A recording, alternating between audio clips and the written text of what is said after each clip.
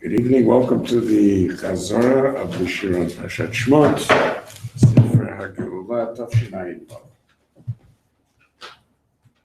Vav. So we start off first just with an overall sense of what is meant by this Sefer.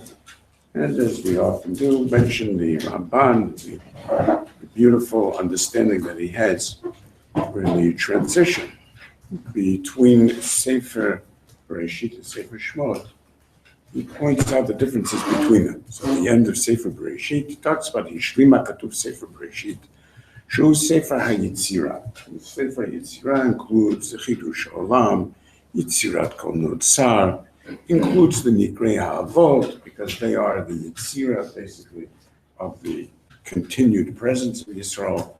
As we know, Kol Nikrei HaMatziri, Dvorim, Lirmoz, and Ludia, Kol Atid Lavo Lehem. And as we understand it more deeply, the sense of Yetzira is the Bereshis, and that's Bereshis Bishvil Yisrael Shenikra Bereshis, and therefore all of the inyanim that create that Bereshis continue on in the first Sefer. And then now becomes the next Sefer, Eile Shemot, and that Eile Shemot, he says, is called the Sefer HaGeulah. But what do we mean by the Sefer HaGeulah? It starts with the Galut HaRishon and ends with the Geulah Mimenu. And when we talk about the Geulah Mimenu, says Ramban, it's a big mistake to think that that's a reference to Yetziat Mitzrayim per se. Because that's not what Geulah means. Taking Yisrael out of Mitzrayim doesn't necessarily take Mitzrayim out of Yisrael. And therefore, כשיצאו ממצרים, אף על פי שיצאו מבית עבדים, עדיין יחשבו גולים. It's still a period of galut. This is not the question of she'ibud to non-she'ibud. This is she'ibud to geulah. And there they were in the Midbar. What makes that be a geulah? But, כשבאו על סיני, יעשו המשכן, ושב הקדוש ברוך הוא וישרה שכינתו ביניהם, אז שבו אל מעלת אבותם. And that מעלת אבותם is the idea, the sod of the HaKadosh Baruch Hu being the Merkava, the Ein Merkava, and therefore at the moment that the Mishkan becomes the seat of the Shechina, and that is the Rambam doesn't speak this out, but that is the closing of Sefer Shemot, the way Le'inei Kol Yisrael, we have the Shechina, the Resailas, the Fleim Yomam, and the Eish Laila, Le'inei Kol Yisrael, the Chom Asehem, that is the Geulah. Az nachshavu geulim, ulechen nishlam HaSefer hazeh, v'hashlimo inyan HaMishkan v'yot kvod Hashem malei oto tamid. That is what this Sefer is about. So that means that the repetition at the beginning, the Havayim Yashresh Yaakov, and the development from Shivim Nefesh to what is the ultimate vision of a Sefer Geulah, which clearly is not simply the Sefer Geulah of this particular Geulah, but teaches us the nature of Geulah and of everything that Geulah involves. So because of that, Rabbeinu Bachya points out that that's why it says over here, Vayikol Nefesh, ending with Yosef Hayab Mitzrayim. Yadua ki miMitzrayim Hayab. We know that he was in Mitzrayim, but because the point is that HaGeulah Atida Tiyeh b'dimayon Geulat Mitzrayim. So this, many Midrashim speak about the Geulah Achrona, the Geulah Rishona, the way that Mashiach develops, the same way that Moshe Rabbeinu develops within the culture, deeply within the culture. The deepest part of the culture of, just like over here, the deepest part of the culture of Mitzrayim gave birth to Moshe Rabbeinu as Yeshua, the Moshiach. Shal Yisrael also too, in Galut HaAcharon, it's exactly the same way. And furthermore, in the difference between the beginning of this Sefer, which is Kol HaNefesh, Yaakov Shivim Nafesh, is a remez that Tchilat HaGalut Rishon Haya Shivim Nefesh. But the Sof Galut HaAcharon, those Shivim Nefesh become the Shivim Umot, and they're Atidim, Birash, the entire earth, and the Shivim Umays, and that Yosef היה במצרים הזכיר יוסף באחרונה לרמוז המשיח בן יוסף, עתיד לבוא באחרונה לגאול את ישראל, so whatever that means, but clearly we have a very powerful sense that when we talk about that transition in which we repeat the names of the boy Mitzrayim, that's not a literary device just to get you back into so many years have passed between the closing of Bereshis and the opening of Shemot.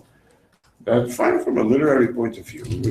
Let's go over what happened. But obviously the idea of Abraham Yashresh Yaakov is that development, and talking about how everything that comes here is the development that came from what it was Yashresh Yaakov, what Yaakov had put in to the nature of Mitzrayim and to the nature of his children.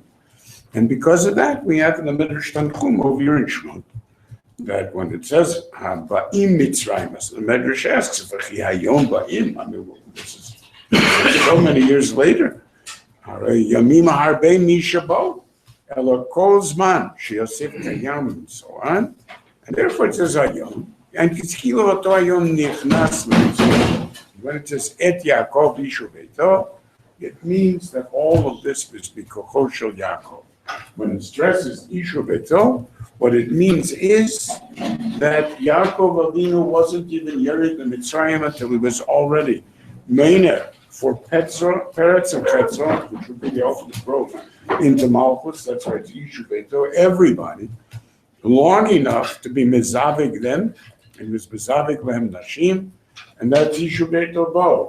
Because of that, the Renes in all of the names of the Shvatim is to Geula, not necessarily Geulat Mitzrayim, but to the ultimate sense of Geula. So we're talking, it goes through each one of these names. So Reuven, Shimon, it's all the ultimate sense of Geulat Yisrael. So that's the Reuven is Ra'oraiti et Oniami, and Shimon is here Vayishmami Mitnakatam. Levi is Vilnu Vuko Imra Bimalasha. There's already Zechariah, and the ultimate Geula. Yehuda is Ot Hashem Ki Anavtavi, is already after the Yom Adinah Gadol and Trias HaMeisim and so on. Yisachar is Yesh Sachar Levulatech, but is said to Rachel, which is also obviously the Gula Achron.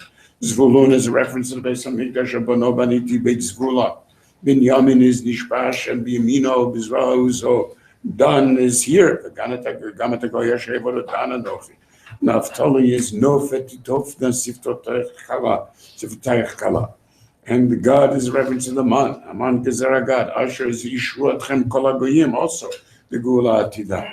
And Yosef is Yosef Hashem Shinit Yado. This again, Gula Atida. So again, the mixture of the Ema Chashecha Gedola Nofelet, which was part of the vision of Golas and Gula to Avram Avinu, which generally, on a simple level, people look at as a series of historical events, but which we know are actually descriptions of the nature of this first part of the development of the earth, and goes all the way back to the Sefer Yetzirah, because that is the Aretz Haitato, Vavo, V'choshech Al Pnei Tehom, the Gemara Darshan.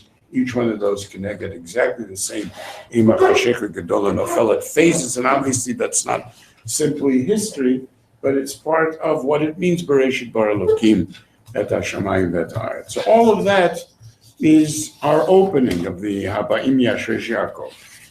That's an amazing sense of the onset here of darkness at the parsha. So we look at all the horrifying details of the Damaya Chayi and all of the opening events that came here.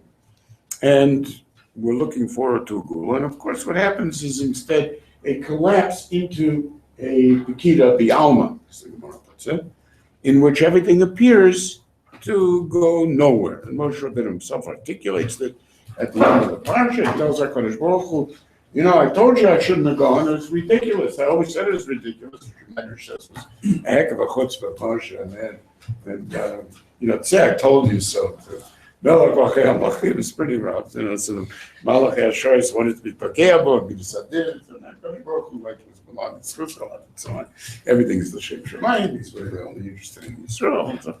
Okay, so we sort of get a sense that, as I've spoken many times in the past, and spend your precious time going over things that I'm sure you're very well aware of, but we saw that as the Medrash puts it, look, the entire first part of the story was all done out by Moshe, because that Kadosh Baruch Hu never told him to any of the things that he takes for granted he has to do, and then he defines the story, and that story doesn't work, And everything that Kadosh Baruch Hu tells him to do, he says, well, that's not going to work. Okay, fine, so let's try something else.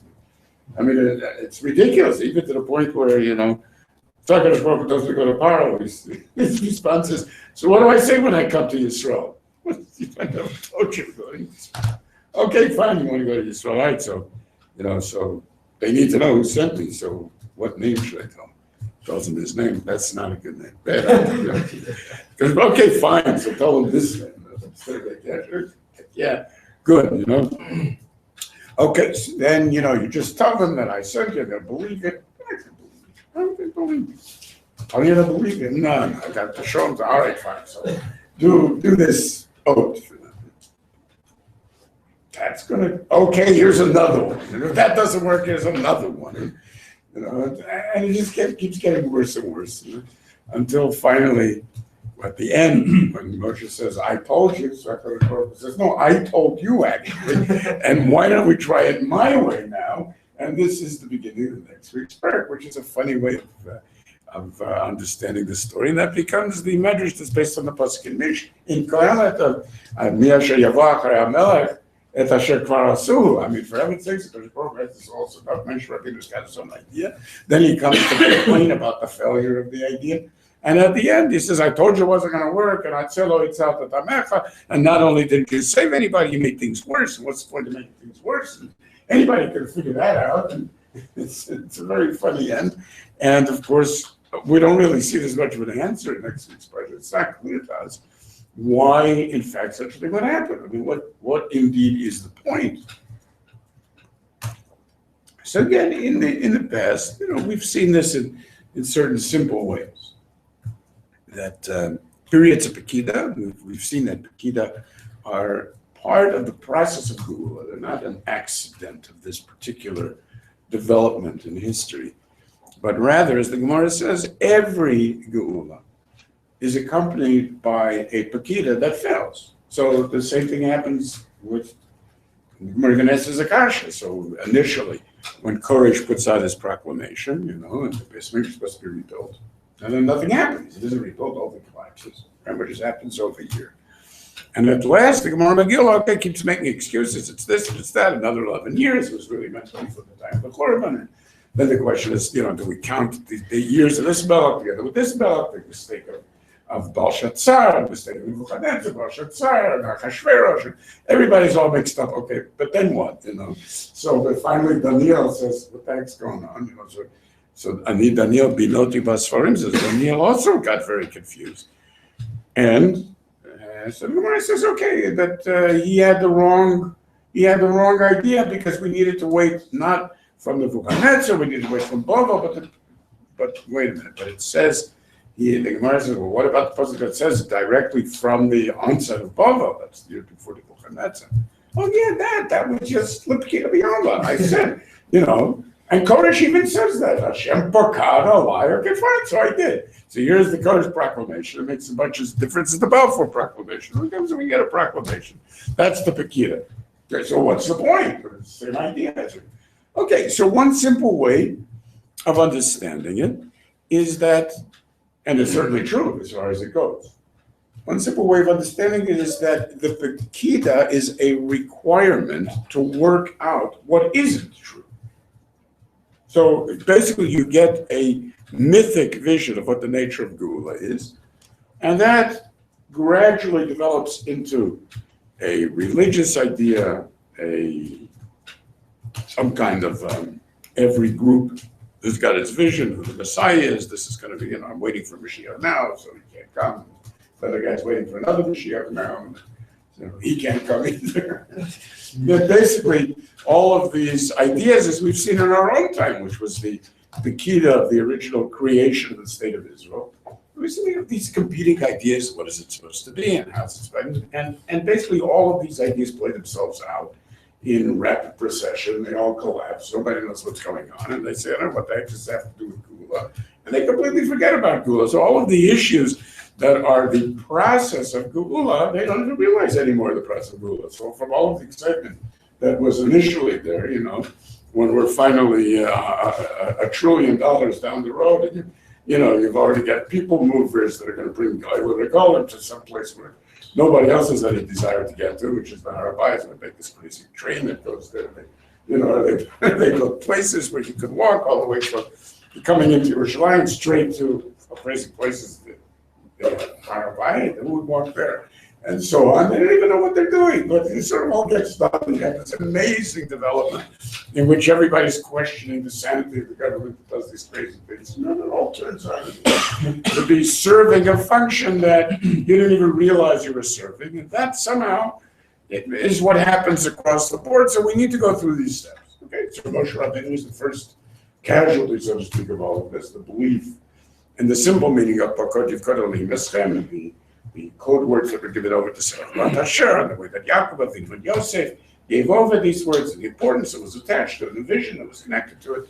All of those things required a change into the next stage, the next phase of things that people weren't even dreaming about, to such an extent they weren't even dreaming about them, that we know that with all of the information was given in advance, in which we understood the number of years that you're going to be there, and we understood that myself, the read it to Mitzrayim, the coming to Goshen, the giving of Goshen to Sorah, he made it way before he even needed Goshen. All of that is clear, and the Britot are clear. There's only one thing, one minor issue that never showed up in any of this Brit.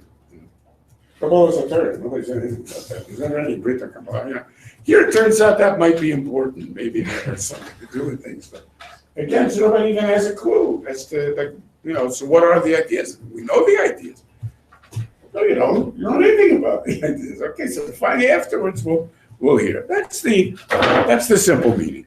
Now, what we do see over here is that development of Moshe Rabbeinu per se, not only here, but throughout Kol HaTorah Kula, in which he presents himself as the Lo Ish Dvarim and ends the Torah with Sefer Dvarim, which he writes the book on Dvarim, and he claims he does nothing about it. How come he writes the book? Makes a joke about that also later on. Don't do a darn good job of talking for 36 days straight for a guy who doesn't know how to talk. It's not a bad job. So, and obviously Dvarim doesn't just mean to know how to talk, but there's something about the way in which he relates to the world that makes it possible for him to formulate what the Dvarim ultimately mean, and that's a perspective, a picture that can be communicated by language.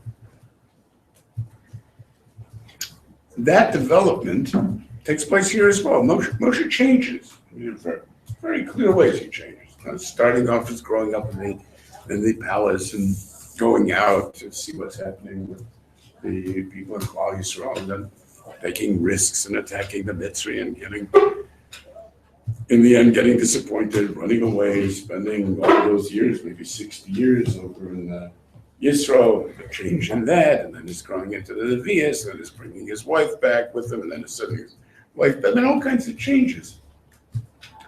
And the very fact that the Parsha ends with these questions in Moshe, the transition of Era, which is the first clear-cut mission statement that HaKadosh Baruch Hu ever gives.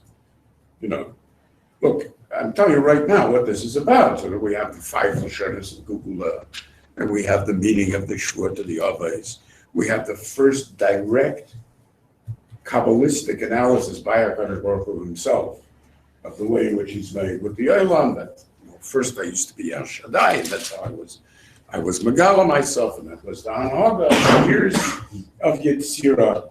And of course, the Gemara says that really is the Anhaga of those years of Yetzirah, because the years of Yetzirah are the self-development years. And the self-development years, which, went on for 13.5 billion years, So over there we have the entire world, as the Gemara says, the universe continues to expand, and it was expanding endlessly, until HaKadosh Baruch Hu was good above on. So that now the concept of what we're holding at now is something that goes beyond. And that's the beyond of the idea of ratios. So now we move on from the Bereshis to the creation of ratios, which is now an expression of the Shem Hashem, which we Hashem L'Nadati, and now we get into this new shame.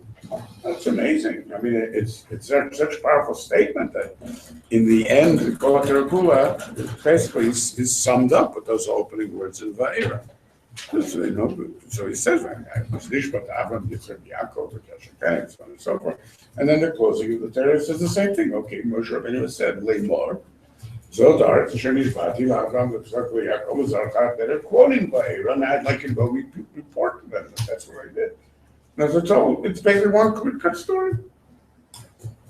So, I mean, that means that the ideas that are triggered by Moshe, it's very difficult to believe that they're just parts of the failure when it was all of his questions that led directly to that mission statement and that all various implications, not only for him personally, but for Israel as a whole. So I think it would be Kedai to understand how it is that he personally plays such a central role in Geula, in obviously the description of the Torah itself, closing words of the Torah, and in the process of production we've never spoken about before. Why is what appears to be the consummate failure of as expressed by Pekida, as expressed by Moshe, actually the catalyst of the mission statement that now catapults him into a position of being the one that's capable of both being Moshe and Shal Yisrael. How does that change over here, and why is it so important?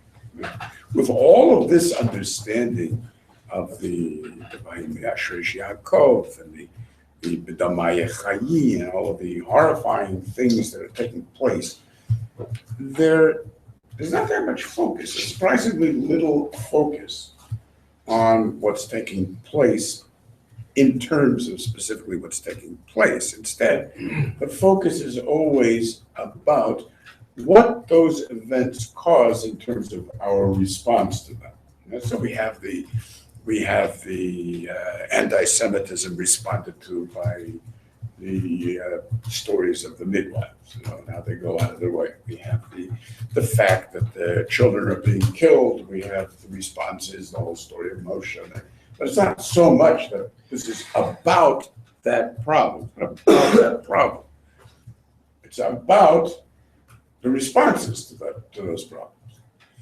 And I mean, the very strange thing is that despite all of those problems, if you take a look in the Rambam, then his presentation seems to leave out an awful lot more than just what the Torah leaves out in terms of its detail. And as a matter of fact, the search for more of a focus on those problems is very much part of the contemporary scene of focus on the Holocaust, which really has gotten people pretty sick by now, all over the globe. They just can't stand the Holocaust focus because, either they claim it's the Jews are into this because, they're trying to get sympathy, they're trying to get money, they're trying to, but it's like one of these heartstring puller kind of things, which the Torah isn't using Gegolos Mitzrayim for that. In fact, it's an amazing Gemara that says the story that there was that the Tanoim and Amoraim would come down to Mitzrayim. They had tour guides. Barnea doesn't only here. He's got a whole agency up there in Mitzrayim as well, which is part of the neighborhood. And those tour guides, they do what tour guides always do. They got these great sites. Nobody knows where they picked up this site, but fine, it's great. So they say, here, I want to show you the place where we used to throw dozens of kids a minute into the rivers and kill them. I'll bet that's an exciting place. Yeah, they come in and see that place. So, it takes them across a tour of the Holocaust tour of Mitzrayim. It's a little bit out of the mode right now in more recent events, but it used to be that's what you got, that's what you're with. You got to go to Mitzrayim. The weather's not quite as good maybe as in Germany. Same kind of thing. Okay. The Gemara says an amazing thing at the end of that tour. It says, because of this, that Moshe Rabbeinu was punished not to come to Israel. Because of the Holocaust. That's unbelievable.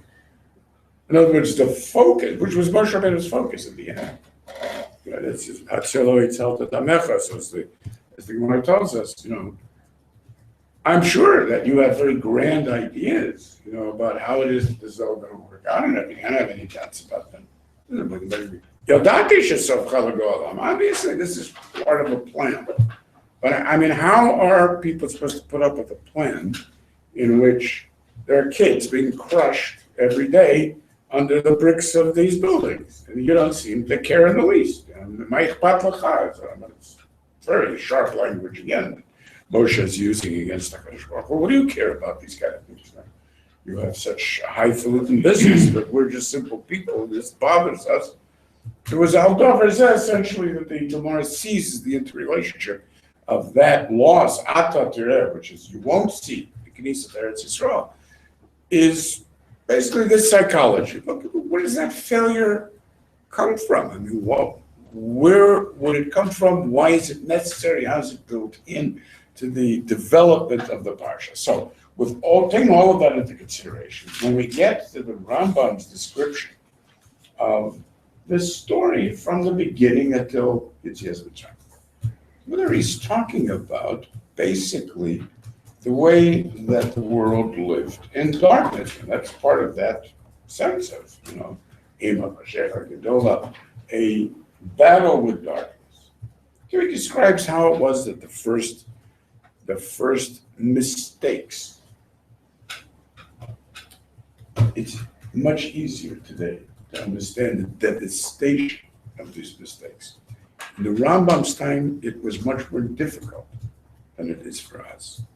But I ask you to consider for a moment what would have been the unbelievable curse upon the development of the species as a whole had we continued to believe that stars are gods. And specifically, Avodat Kohanim. We understand when the Rambam tells us this type of projection. To him, that wasn't projection in the sense that it is to us. To us, it's devastating. It means that you would never understand the universe. I mean, you have this crazy picture of what's up there in the sky, and you would never be able to get beyond the most childish, infantile vision of what reality consists of. But at the time of the Rambam, that was the infantile reality. So nonetheless, it was clear that any sense of the direct relationship of somehow the way the physical universe is constructed, and even if you believed that somehow it's in the stars, people still read horoscopes like a bunch of idiots. But the point is that nonetheless, the difference between the concept of, this is the presence of God as it's expressed in the world, and, some type of new age interrelationship of all things with each other and so on. Okay, fine. The difference is, in fact, devastatingly powerful. And therefore, the Rambam describes Avram Avinu as a freedom fighter. So he's the freedom fighter for humanity. Because of that, this whole story of Mitzrayim is directly part of Avram Avinu. So when Avram Avinu says, Bamei Daki Rashana, so HaKadosh Baruch Hu says, look, your children are going to do exactly the same thing. They will end up going through the same type of challenges, just as you did in Ur Kasdim, and there you were, Mushka, Ur Kasdim. Mushka is the key word over here, because everything is about Mushka, right? It's about being sunk. You're sunk. The cities you're building sink into the mud. Everything that you do on Pesach is essentially sunken in mud and blood and guts and dirt and placentas, in all types of blood, sweat, and tears, as Churchill put it. And that's what the mitzvahs do for Pesach. That's what we do. That we sweat over the matzahs, and we have the Dan Pesach, we have the Dan Mila, and we have all of the shchitas and the cleaning and the baking and it's just, the whole thing is so very, very earthy. And this is exactly what it was. Avram Avinu was like Mushka over there, stuck between in a society and a family that were, Rotzim, Kochanim, and so on, until finally he figures out that they're Hamet. Then it goes around and it becomes this burner of Avodah Zarah, destroyer of churches, maximum iconoclast, gets thrown out of the city, thrown out of the country, moves out of Nimrod's town course, Mitzrayim is considered to be Nimrod Sartan, right? So either it is Nimrod, Nimrod son, Nimrod grandson, Beno Shel Nimrod, Ben Beno Shel Nimrod. And we want to just turn off, not turn off, turn down the right over there on this side is the thermostat. And okay, fine, everything is all right. We end up getting to Mitzrayim. And here's his description of Golos Mitzrayim and Gugulas Mitzrayim. And it sure don't sound like anything like we're used to. So the Rambam's description is that, yes, Avram appointed Yitzchak and Yitzchak appointed Yaakov, and Yaakov appointed Levi as the Rosh, and he was the one that was supposed to teach the Derech Hashem, and in fact, no time in history were B'nai Levi, Ovid Avodah Zorah, and so on. V'ayah davar holeich u'mitgaber b'nei Yaakov, u'b'nevim alayim v'lasit olam u'ma sheyodat et Hashem. I don't know how he knows that, because I mean, it says V'shivin dafish yardu, right? So when he says that Naaseh B'olam, Umashi Yodat et Hashem, and this was Hadavar Holechu Mitgaber. Where does it say that? Where does it get that from? So that means that, okay, it's a completely different reading of what we're reading over here, because this obviously happened in Mitzrayim. So when he says that Bnei Yisrael pour over Yishru Tuva Yirgu B'mod and so on, that is Bnei Yisrael, Kwa Bnei Yisrael. In other words, they were growing and developing, just like we find later on that Rav means Revava, Kitzemach HaSadeh, we did that by Shul Pesach. It's a reference to the way in which you feel about life. It's not just a simple question of how many people there are. Okay, so we have this amazing development, and then Achar Choy Amim L'Yisrael Mitzrayim, we had all of this time pass, and people started to forget. They started to be impacted by assimilation, not marrying into the Mitzrayim as we know from the literature, but assimilation, cultural assimilation. So Chazru Lilmod Ma'aseyen, Ma'avot Kochavim Kavotam, of course, once we shake Levi, Shemot Mitzvat Avot. We cannot cut in just another second. So this is the Rambam's reading of the Chamishim Sharituna. So here we were at 49 Sharituna, things better. She spoke out to be Machir decades. So Kimat Kat, if we had waited another minute, then everything would have been a disaster. Because beautiful language. Difficult to say it in English because we don't have a word for shatal, really. So that really describes it as well as it does in Hebrew. But a sapling is essentially sappled in Hebrew, right? So you get the sense of when you rip out a fresh little sapling, so then it does something, you really sense what that means. I mean, this was like a delicate growth that was meant to just take root and develop. And here we were, if we would have just waited another minute, it would have been all over. And it would have been Ne'ekar. And then Bnei Yaakov would have been just like anybody else. Because Bnei Yaakov, the Ta'ut Olam, they would have made the same mistake and the same stupidities. Okay, so now we're holding at that great moment in which HaKadosh Baruch Hu is Machashev Zaketz. And can you stand up, please? And we assume that now we're going to get some serious action over the jet planes are going to come and we're going to have some amazing miracles and nuclear weapons or whatever. And so what did HaKadosh Baruch Hu do? Avram Avinu. What did he do? Did he take Bnei Yisrael out of Mitzrayim? Yeah, that wasn't important. So what did he do? Well, what did he do? He made Moshe Rabbeinu. Asa Moshe Rabbeinu. He made Moshe Rabbeinu Rabban Shokol HaNevi'im, and he sent him. To do what? Doesn't matter. It never says what he sent him to do or what happened. Okay. It gets worse. As soon as that happened, eventually Moshe, now Moshe is a Navi. So now we can basically have mitzvahs. So then Hashem Yisrael Nachala. Now Yichtirim b'mitzvot, and now Hodiyim derech avodato, ma yeh mishpat avodat kochavim. And that is the end of the story. doesn't sound very familiar as your story of Yetzias Mitzrayim until you realize it does. Absolutely, it does. Because remember, we talk about the story of Yetziat Mitzrayim in two different ways. One of the stories of Yetziat Mitzrayim, what is meant by Matcha B'Lut B'Sayim B'Shevat in the Mishnah? You talk about our problems, and then you talk about what changed, how grand it began. It was so awful, and everything turned around. So one Machlokes Rav and Shmuel. So one of the Haggadahs that we have is the Avadim Hayinu L'Paro B'Mitzrayim. That's Matcha B'Lut B'Sayim B'Shevat. But there's another one that doesn't even mention that.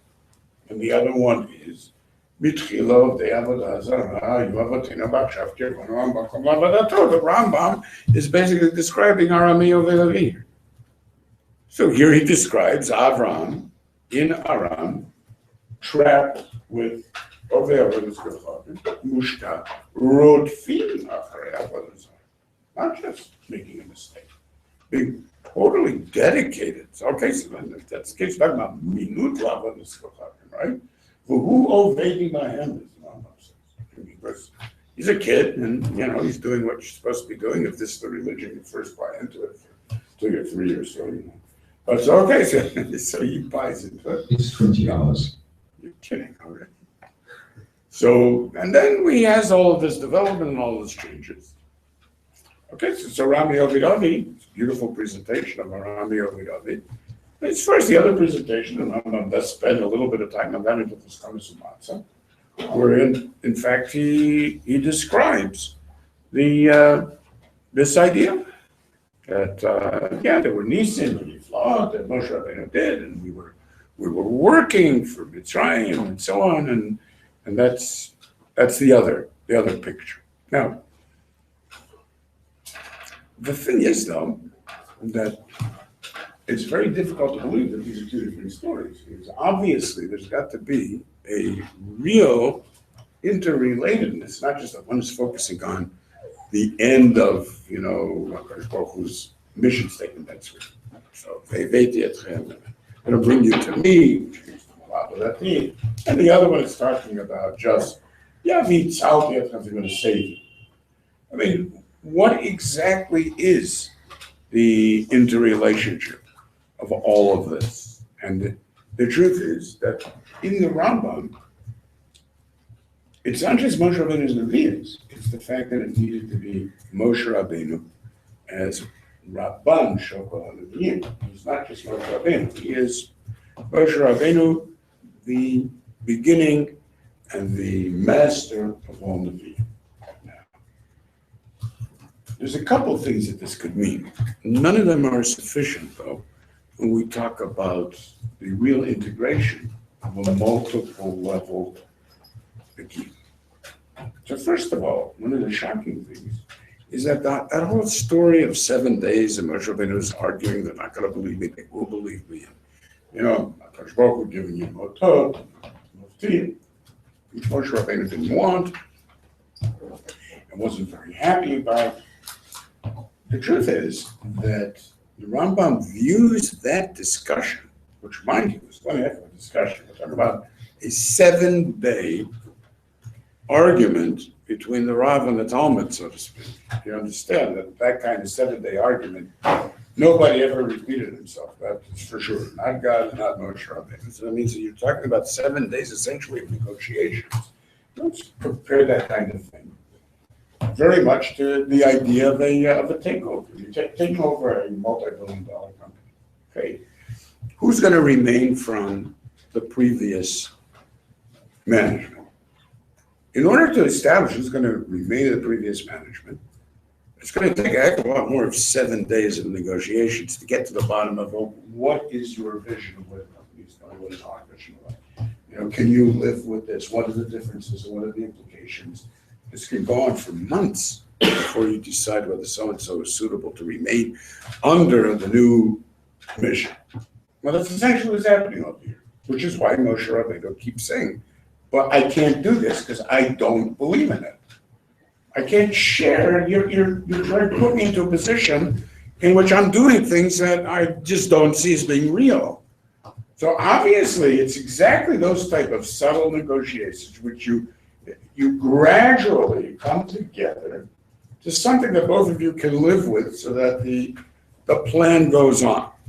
Okay, I understand that that's what's happening, but we don't understand to what unbelievable extent this is true, in that the little things that appear to be minor details in the conversation with HaKadosh Baruch Hu and Moshe end up redefining the nature of Nevi'ut. It's not something simple at all. So, for instance, and let's take a look at the way the Rambam understands the way that Moshe Rabbeinu says they're not going to believe me, because as the Rambam puts it, he's absolutely right. Of course they're not going to believe me. Why would they? People always get turned on by a little miracle here and there, and then, when they start coming back down to earth, they're already wondering, was it better technology? Was it the visitation of aliens? What? No, what does, turning the world upside down have to do with my believing that God sent you? I mean, it's silly. It's really very childish. So in the end, as the Rambam says, nobody believes in miracles. I mean, they don't believe that miracles mean anything. There's always something behind something. It's not that things take place out of nowhere. So it's just a question of you're figuring out the details. So who's going to take that seriously? And indeed, says the Rambam, this is exactly what Moshe Rabbeinu was saying about HaKadosh Baruch Hu. He wasn't saying anything wrong. And he certainly wasn't saying anything stupid. In which case, says the Rambam, this is exactly what Moshe was timing. So, Moshe Rabbeinu, lo eminu bo Yisrael mipnei halotot she'asa. That's not local. Moshe Rabbeinu, nobody believed in Moshe Rabbeinu because of doing miracles, because there's no point in that kind of belief, because it's good for children, or it's good for a short while. Piotot. He always has feeling in his heart. That's weird. Something weird about that. What does walking on water have to do with believing you're God? So, yesh b'libo dofi. I don't know. It's some trick, And therefore, Moshe Rabbeinu actually in the Midbar didn't do otot for fun or to prove anything. He did otot because you needed to do things. You needed food. You get the man. You needed to escape the mitzvah. You split the yam. It's just technology. It wasn't meant to be meaningful in any way. And therefore, when Moshe Rabbeinu said to HaKadosh Baruch Hu that Hein lo ya'aminu bi, that was actually true, because Moshe Rabbeinu knew this. And this is why he said, Yada Moshe Rabbeinu shama min ha'piyotot yesh b'levavot dofi. And therefore, when HaKadosh Baruch Hu said all of those things, Moshe said to him, why would they ve'en lo ya'aminu li? Haya nishmat milelech. He refused to go. So notice Moshe was predicating himself on the Rambam. That was the Sodi HaTorah. As soon as Moshe learned the Rambam, if Avram by the age of 3, you figure Moshe. You mentioned Moshe. That's right. So he probably knew Rambam. Okay, so he told the Rebbeinu Shalom, listen. It says in Perek Shmini Yachas Sodi HaTorah. Nobody's going to believe this garbage. So why are you sending them? So this is how the Rambam understands it. That's true. Because he knew that was correct. Yada Moshe Rabbeinu, that it's not going to happen. Okay, so HaKadosh Baruch Hu said to him, HaKadosh Baruch Hu she'elu ha'alotod, all this stuff is sort of a temporary measure. But after they're yotzim in Mitzrayim, v'yamdu al har hazeh, yistal leika yirur, that's all of that will end up. And that's actually the way it all starts, which I know wasn't exactly a response to Moshe, but Zelacha ot ki anochi shalachticha v'otziacha ta'am mitzrayim ta'abdun et ha'chodim al ha'ar hazeh. And that's what it's all about. Okay, if that's the case, says the Rambam, the problem is, if that's the case, it isn't clear what the Otot and the Mufti before. And it becomes embedded in the din of a Navi, as we'll see. So first of all, it turns out, says the Rambam, Shekol Navi she'amod achar Moshe Rabbeinu, anybody after Moshe Rabbeinu, we do not believe in him, Ot. But he says, Mipnei Ha'ot Levado. I mean, what does that mean, Levado? Partially, yes, partially not. I mean, why? What's the point of partially? It doesn't make any sense at all. El Mipnei HaMitzvah, Shetziva Moshe BaTorah, V'amar, Im Natan Ot Elav Tishmon. It says in the Torah, Navi Akim Yichem Kamoni. There's going to be Naviim, so you ask them for an oath, and if they do the oath, then fine. And as the Rambam says, look, this is all very, it's just a mitzvah. It's how you really believe it. Why would you believe a guy who does a miracle? But look, you have two witnesses in court. You really believe two witnesses in court? What are the chances of two witnesses in court that know anything about what they're talking about? We know the psychological data on that. I mean, it takes 10 minutes to create a whole different vision. Now you're persuaded that it's something else. Huh? But okay, so that's easier. HaKadosh Baruch Hu was mitzavas lachtocha davar b'shnai medim, even though, of course, we have no idea that they're saying the truth. And Yudim and Ilu Emet and Ilu Sheker, kach mitzvah l'shmo me'anavi. So it turns out, therefore, that by definition, any Navi that comes afterwards, it's such a brilliant presentation, any Navi that comes afterwards, and he does the most incredible miracles, right? And he says one little tiny thing that's different than the Nevi'ut of Moshe Rabbeinu. You know, he says, God told me that the halacha is like Beit Shammai. Yeah, but one of the things that Moshe Rabbeinu said was Hu Yeh L'Olam, and that God doesn't interfere with that. So shoot him. I mean, shoot him. What are you talking about, shoot him? He just brought Mars down to Earth. And that. What do you mean, shoot him? Shoot him. He's a liar. He's a funny. But says the Rambam. I mean, this is not Nuvat Moshe Rabbeinu is about Piyotot. What are we going to do? Have competition? Who gets the bigger boat? That's what we're doing. So what's the difference whether he does the most incredible of the same things? The point is that we experienced our Sinai Surveying, Boznenu Shamanu. We were there, and we know what it means to be a Navi. So it's the same thing. If you were there, and you're the judge in the court, and the aide comes to tell you something that you know never happened, you're not going to say, well, it says, but I mean, he's not telling the truth. It's the same thing. It's just all very logical. Okay? Let's say. But he hasn't explained, so what then do we need these otot for? And he says, a Navi that comes along to tell you that he's a Navi, you're supposed to ask him to do an oath. So, Kol Navi Shiamod, V'Yomash Hashem Shelacho. I mean, he doesn't have to do a big miracle. I mean, he doesn't have to turn day into night or cancel gravity or anything like that. He doesn't have to do little oath like Moshe Rabbeinu or Eliyahu Hanavi or whatever. Whatever, some small thing. I mean, for heaven's sakes, Moshe Rabbeinu's otot were pretty funny otot too. It was almost as if HaKadosh Baruch Hu was setting him up, with the old snake trick thing. It's like bedavka, because the point is not the oath. The point is the din of the oath. And so in the end, when all the kids come out from Hogwarts, they all do exactly this oath and gone, so Paro calls his wife out, the kid's mother's out, the whole thing. It's the biggest hilarious. Everybody's laughing. Says Paro was being Mikar Kev, so he's jumping around and he's holding his belly. Time to go. Huh? Time to go. Good time to go. He's just cackling and cackling. Oh my God, this is beautiful. This is wonderful. I want more people to see this. Call them all out. Let's hear about this Moshe B'Shugana. And you have a better idea, Moshe? Maybe you got something else up your sleeve. Okay, I mean, that's the point. We're not giving you an oath to persuade you of anything. That's the idea. Do you believe that I did the oath? Sure. And Israel don't. Okay, fine. So then that's it. That's what? We haven't gotten to our Sinai yet.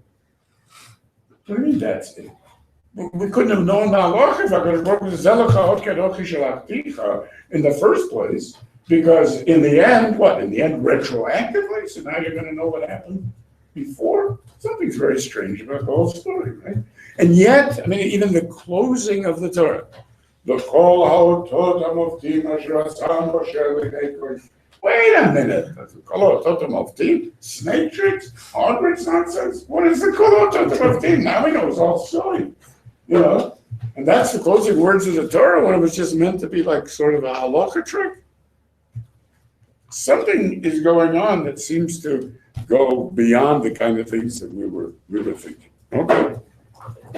So we're gonna have to understand how this happens, and you know, I wonder if we should do this here. No. I'm gonna wait a bit for some of this. So I think that perhaps what's kedai for us to take a look is the way that the Parsha provides us a tremendous number of hints on the multi-level nature of how, in fact, these different things interrelate, and how the Parsha is actually structured on the basis of those interrelationships. Now, the first thing that we have in the Parsha, again, if we don't pay attention, it all seems to just melt together. But remember that the Parsha is organized with breaks. We have the psukas and the students that tell us when we have a transition. So they're very clear paragraphs, and the fact is that we have very clear changes. So first, let's take a look at what happens. We first have the Shemot B'nai Yisrael with the statement of Baruch vayishutzu vayiru v'atzku b'moshe. So this king, Shaloya Yosef, comes up and he says, there's too many of them. That's Rabu Vayatzmu, and Yisrael Rabatzu. The initial focus is only on these reproductive problems. Too many of them. Nishutsu means they are like cockroaches. That's what the Sharet says. It's what we say about Arabs. They multiply like cockroaches. And that's exactly what the mitzvah were saying. They're like cockroaches. You put a couple of them in, before you know, they got kids all over the place. And it's a disaster. So that's what they're focusing. What is the problem? So Pen Yerbeh says openly what we are concerned about is their population growth, right? Their idea of what to do with the population growth is to put them to work. Now you'll remember that the word anoto means to prevent people from having sex. This is back from, we know, Lavan. Lo ta'aneh b'notai. You will not mistreat them by not giving them their conjugal rights. And we learned that after Yom Kippurim as well. Inui on Yom Kippurim includes, therefore, sexual activity. Okay.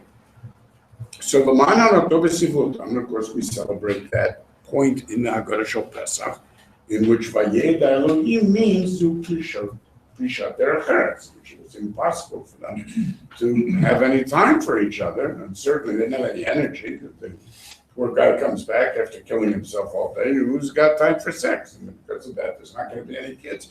But we know what happened. What happened was all these funny stories that we find out afterwards with the Marot and Sovot, and the Baruch was so excited about these mirrors, and Moshe was going to take the mirrors, and that's where we find out that actually there was a tremendous movement among the women of Bnei Israel to turn their husbands on despite anything. And that, as the Zohar, that was this whole miracle. They used to go out and they would find fish in the water, and they would have some herring. It's nothing like herring to turn you on. That's the way it is in Poland. They started that. And they would take these mirrors. They start being cute. So who's prettier, me or you? And then that way they got them all excited, and they would impregnate them there, on the edge of the rivers where they were busy collecting the stuff for building and so on. And this was viewed as a tremendous chus of Bnei Yisrael. Now, the Zohar puts it another way, that in the entire period of these difficult times, there was not one abortion. So now you need to get an abortion because you ended up discovering that you've got a course that won't allow you to be at home when the baby is born. So I need an abortion. Then, you were facing death and murder and the child being, strangled to death and so on. There was no thought of slightly different values And that says there was a tremendous chus that was I made for them. And the truth is, that this is a very moving thing. Mamish last week, this party, they got together, 3 people who had been born in the cattle cars to Auschwitz. And it's like an amazing story. These 3 kids survived. Nobody else survived. These 3 kids survived, infants, born in a cattle car. It turns out that they parked overnight in some small Czech town. The station master heard cries of infants, clearly newborn infants. So he went and told people in town what was going on, and the whole town came out with baby clothes and food and threw it in. And it's an amazing story. So just now, a couple of weeks ago, they celebrated this. They brought them together and made a big deal about it. So they met each other, and it was a very beautiful thing. That's 3 people. It's 30 million people. The difference of scale is unbelievable. The difference of the level of commitment. I have no idea that they were committed to reproduction. They happen to have been pregnant. Here we're talking about people who for decades have been going through all of this. And nonetheless, they are committed. Fine. So he's attempting to stop it. And as the Shekhinah says, Kasher Yanu Oto Kenyer Bevachayim. That's stage 1. During that stage 1, what we find out is not simply that the woman in the street was dedicated to having children no matter what, but what we find out is that there was actually a Shevet Levi response to the threat of reproduction. So that it turns out that Dafka, the women from Shevet Levi, were the ones who, despite the fact that they were on top of the world, these were the Gedolei Hadar, the children of the Gedolei Hadar, the wife of the Gedolei Hadar, Yocheved, the daughter of Levi, and some of the unbelievable, should go ahead and become a nurse in the hospital, in the obstetrical ward. It's like a crazy story. So obviously what this is about is an attempt to make it clear to people and to aid and abet in any way this grassroots effort at reproduction and to give it a sense of its value and its importance and that there's nothing more important for us and so on and so forth, right? Okay.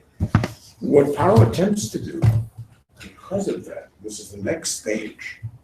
The next stage is he attempts to subvert in the Yaltot, specifically. The reason that he wants to subvert in the Yaltot, you'll notice there's a very delicate changeover here from something that was just a concern from having too many people, to something that is a concern about having too much interest in having too many people.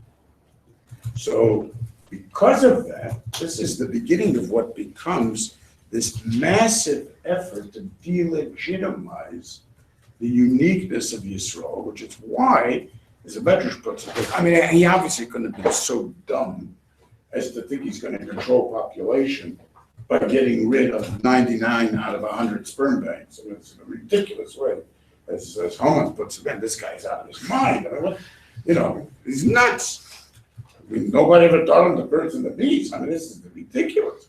So obviously there's method behind the madness over here, and this is the remez in the Medrash about Moshe Yansho Yisrael, that they had this vision of their soothsayers and so on, that there was going to be a leader that was going to end up reasserting the chashivas of Yisrael. And remember, especially the way we understand Vayakam Melech Hadash, that could well mean it was the same guy, but as some of the Farshim put it, he could not interrelate the ridiculous people that he saw around him, who were indeed like Shrutzim. That's how low class they were. It's the same thing that you see today. You're going to Shuka Pishpishim, you're going to say, these are the children of the Gedolei Hadar back in Minsk. These are the great-grandchildren. It's ridiculous. There's no connection to them. And that's what he felt. They're Shrutzim. What are they? They're cockroaches, basically. No brains, no care, no interest, no bodies. All right, so this obviously has nothing to do with the great Yisrael that Yosef had given us. So no interest into continuing that relationship. There's always this fear. So what if indeed it does come back and then they end up having this national vision and then Ve'alum Haaretz and so on, which is that euphemism. So they're worried. This is the beginning of the worry. What do we do? And this is why, as I'll say, Rashi brings it in the Pshat of the Pasuk, the attempt to subvert the Miyaldot was not only to subvert them, to start a program of infanticide in the hospitals that nobody would know about, but it was also an attempt to subvert them personally so that they would sleep with Paro. Because why is this important then? Because Paro doesn't have anybody else to sleep with except a 120-year-old woman. It's important because in subverting them, he subverts that vision. Don't give me this business about how holy the women are and they know. For a dime, I got them over to the palace. So it's very important.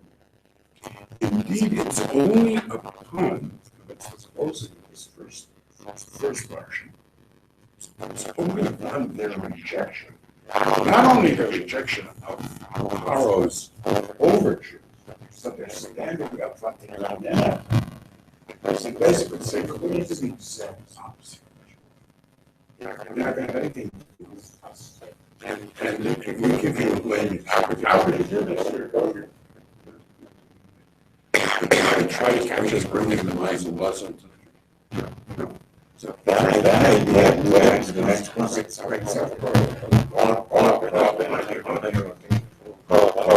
Everything became open genocide. First, just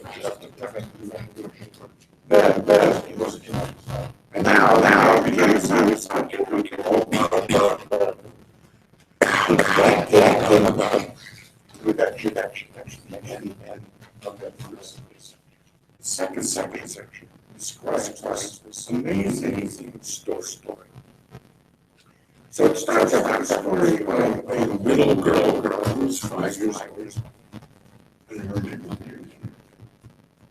And she doesn't like the fact that her father seems to be discouraged by the point that he believes, this son here does, however the Gemara says, in all seriousness, that he was absolutely right.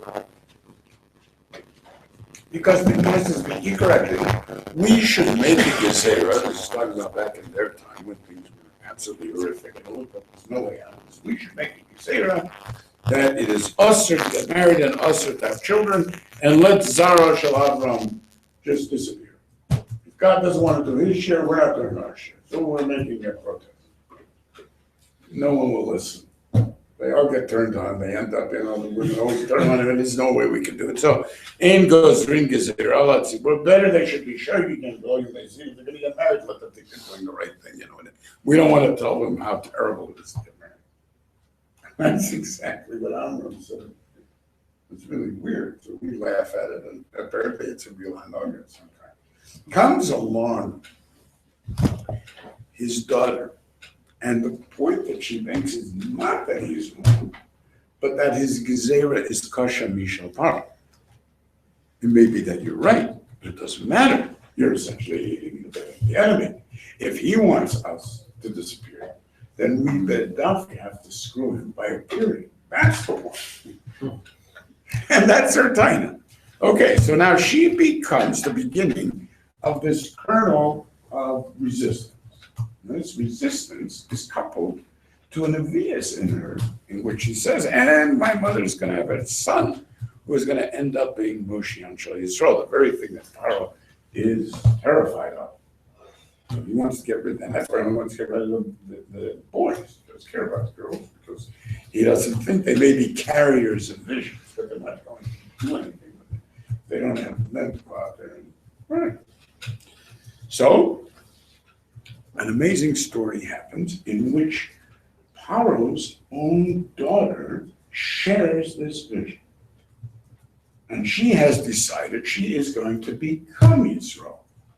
And on that very day that she goes out to become a Gioret, and all the people around her attempting to prevent her, and they all drop dead, and she realizes, maybe Akadosh Baruch has something to do with this. Then she stretches out her hand and it keeps stretching until it brings in the basket, and then she opens it up. Which means she saw the Shekhinah. How does she know the Shekhinah? But that's what she's searching for. So she sees the Shekhinah with them, and she says, I know exactly this is Meanwhile, the very girl that in the end is going to be the one who will establish the uniqueness of Moshe Rabbeinu's Nevi'as as Rabban Nevi'im by complaining that he's no different than any other Navi, and by therefore having all of Klal Yisrael sit there waiting for her because she's waiting for him at this moment. That might just be coincidence, but maybe not. And so it's at this moment that she is Vate Tatzavachoto Mirachok I had the years. So I know that something's going to happen. None of these doubters. Meanwhile, her father has smashed her on the head and said, son of his, you idiot. Okay, so she's convinced. She doesn't care about the fact that other people have lost faith. She knows. But the moment that she meets Bidya knows. Now, we know that because Bidya says when Yocheved comes here, hey, which is here's your kid, and I'll pay. You nurse the kid. We understand that this woman, essentially, as the Chazal tell us, she ended up being one of the only people that ended up never dying from something like the Gan Eden alive, and so on. And so then it's Heichal of Bidya, the Shamayim, and this is an incredible person. So she defines Moshe Rabbeinu. That's why his name is for Kiminamayim Mishitu. She raises Moshe Rabbeinu. She understands. So this is a plot. And indeed, the Medrash says that's the first thing that the women that were with her said, look, it's all very nice for you to have seditious groups that are not going to listen to the government. But for heaven's sakes, you can't imagine Hitler's daughter bringing Jewish kids into Hitler's house and raising them. That's crazy. And that's what you're doing. That's when they all dropped it. Fine. But you do understand that it is a little bit striking that this is happening. And so, okay, we have this weird relationship. So should I call you a Jewish mother? Why a Jewish mother? He doesn't like Egyptian breasts. Or maybe because it's your mother. Okay, so fine. We have Yocheved coming in. And now they are raising Moshe in the palace of Pharaoh. Now this, of course, gets very interesting, but we'll have to Myra to hear what happens because of this little plot. And that brings us to the next stage in the parsha. Okay, see you soon after Myra out there. We survive.